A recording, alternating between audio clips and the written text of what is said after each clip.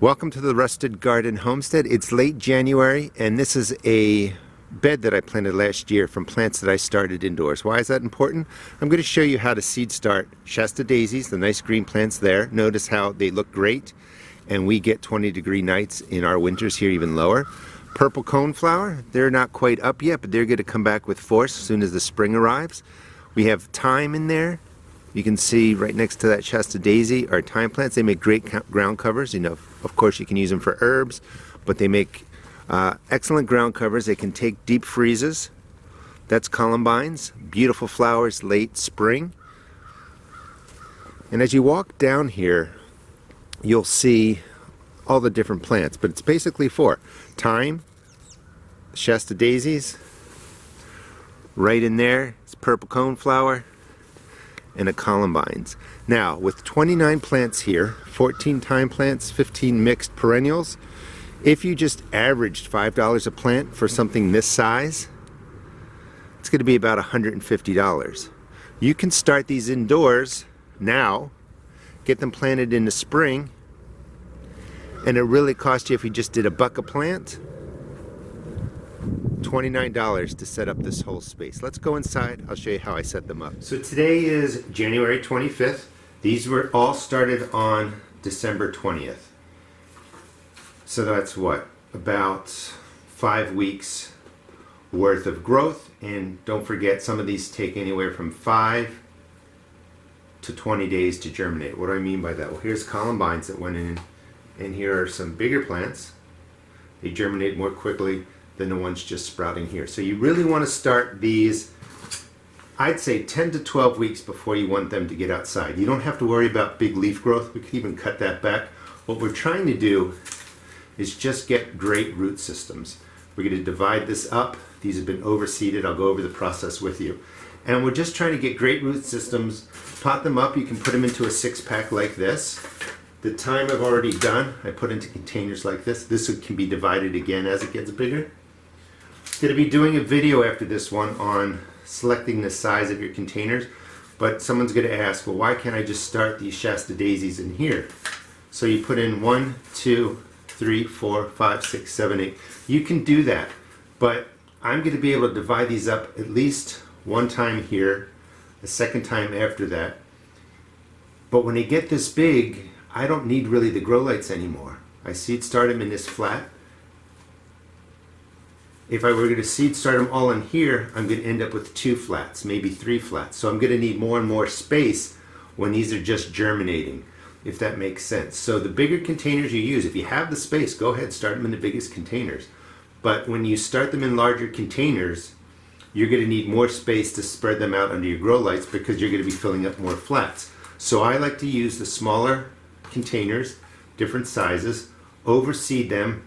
When the leaves get to this tall, break them up, put them into the larger containers, put them into pots like this, and they don't need as much light. And I'm going to explain that in another video. So it's just up to you. Plenty of room, start them in big containers. I sell these at my seed shop. Less room, get them germinated and started in a smaller space, divide them up. Shasta Daisies will have white flowers, purple coneflower, purple magenta flower, obviously. The Columbines have mixed colors depending on what you want to grow. Thyme will have white to white pink flowers, and they attract beneficial insects to your garden. So I actually used up most of my Columbine seeds. They're really tiny, and I would put, you know, if I'm doing it into here, 6 or 8, up here, 8 or 10. If you want to refrigerate these for about 10 to 14 days, that helps with germination, but you would just put them on top, and then there's only 3 seeds in here, but again, I would go 10 plus seeds in here. And we're just growing really massive root systems. And then press it in about 1/4 of an inch. Let them go. Take the Shasta Daisies. You're going to see how much I put into that little space. And we just want, well, we're not going to put that much in, but you just want a nice big pinch. And let's see, lots of seeds go into there.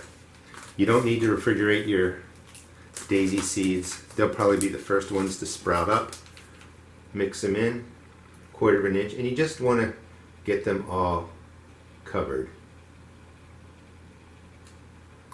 And you can see it's a ton of seeds that I put in there. Press it in.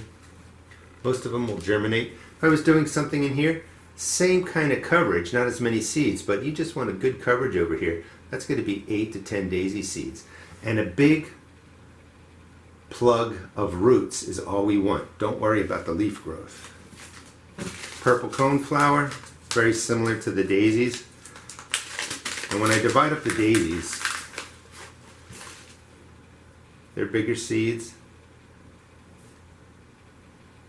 A lot's going in there.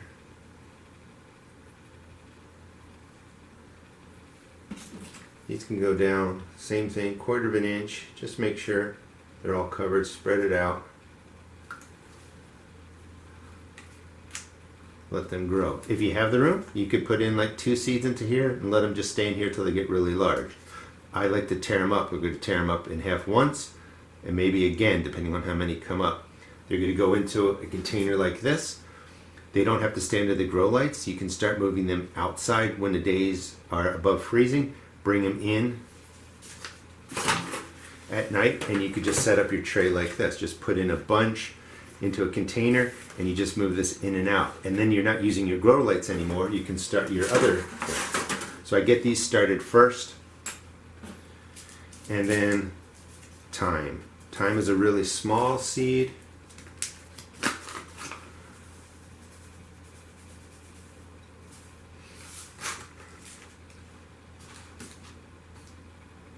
And we're going to take, that's a pinch.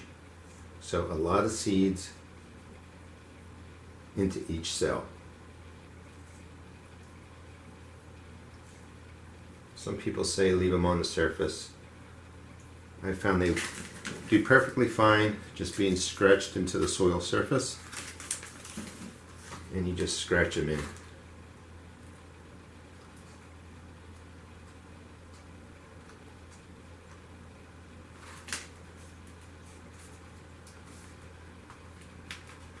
And let's just say, after we divide them up and break them up, you're really paying, let's just say,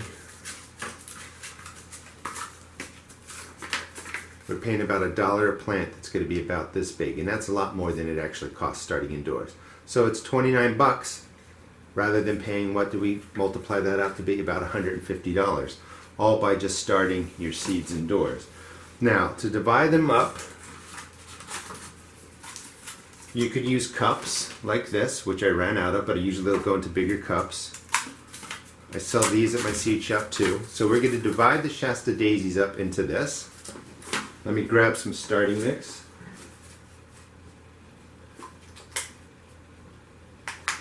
So I just put in the starting mix, make a big hole, and let's just pop this out. And let's just look at all the plants in here because of the overseeding. Just start at the top and tear, tear, tear, and then right from the bottom, break your way up, gently separate it, and they're not even going to notice they've been torn up.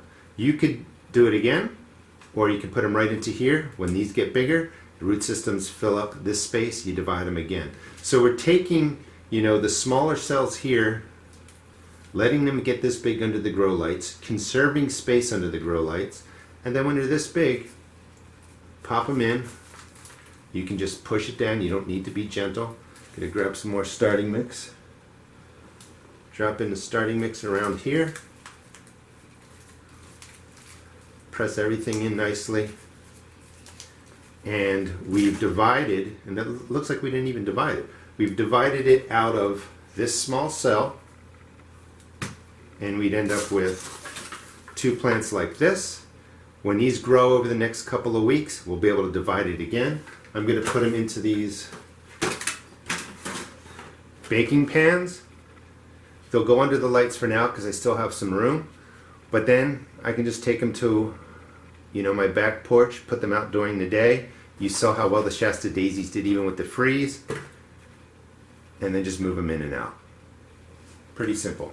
Anyway, I hope you give this a try. It gives you some ideas how to start perennial flowers. You don't have to just do purple cone, Columbines, and Shasta daisies or thyme. You can get your perennials started like this, and the whole goal is to get nice massive root systems, divide them out, break them up into containers, and then you could have tons of plants for your spring planting. Thanks for watching. Please check out my seed shop.